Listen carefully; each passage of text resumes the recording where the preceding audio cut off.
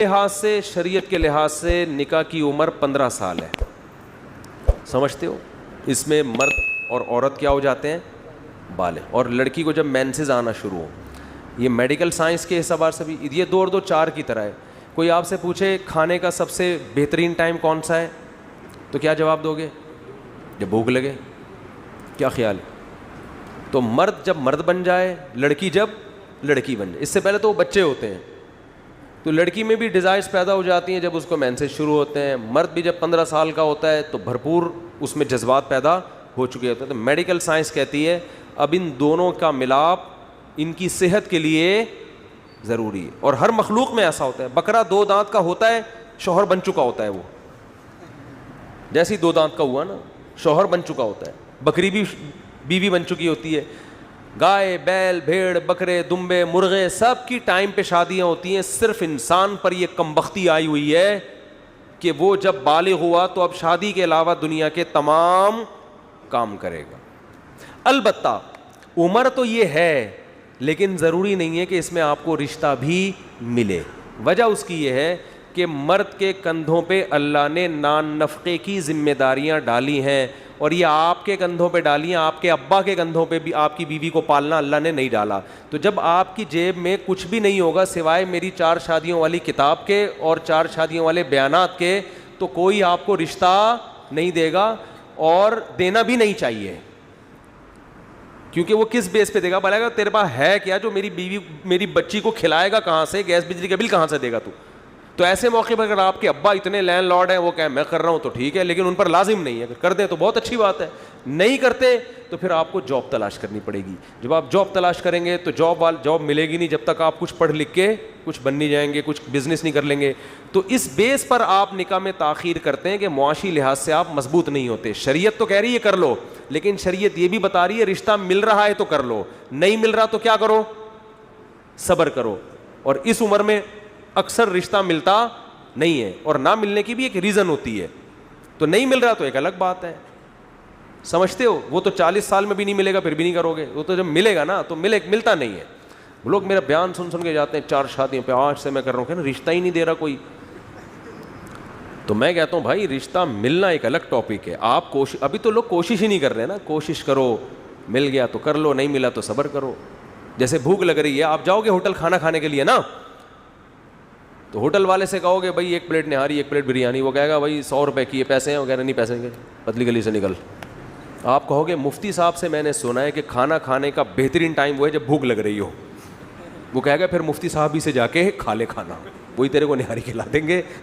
ہم نے یہ ہوٹل فری پھوکٹ کے لیے نہیں کھولا. تو خواتین جو آپ سے شادی کرتی ہیں وہ نان نفقے کی ذمہ داری آپ کے کندھوں پہ ڈالنے کے لیے کہ یہاں سے ہمیں فری میں کھانا پینا مل جائے گا, یہ بھی ایک وجہ ہوتی ہے. تو ان کو یہ حق حاصل ہے کہ وہ 15 سال کے آپ ہو گئے پھر بھی انکار کر دیں. تو آپ کا کام ہے آپ تلاش کرتے رہیں, ان کا کام ہے آپ انکار کرتے رہیں. مل جائے تو ٹھیک ہے, نہیں ملے تو قرآن کہہ رہا ہے, حدیث کہہ رہی ہے کہ روزے رکھ کے اپنی خواہش نفسانیہ کو کم کرو.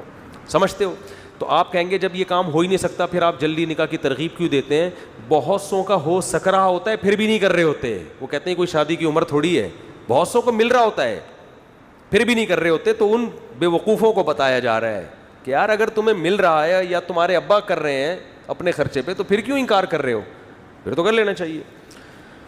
اب دوبارہ کسی نے شادی کا سوال کیا نا, اس کو یہاں کیمرے میں لا کے کروں گا, بولا یہ ہے اصل, یہ جو بار بار میں شادی کرتا ہوں ان کی وجہ سے کر رہا ہوں. میں تو چاہ رہا ہوں بس 2 سوال اور لے لیتا ہوں, پھر چھٹی آپ لوگوں کی. یہ ہو گئے سارے.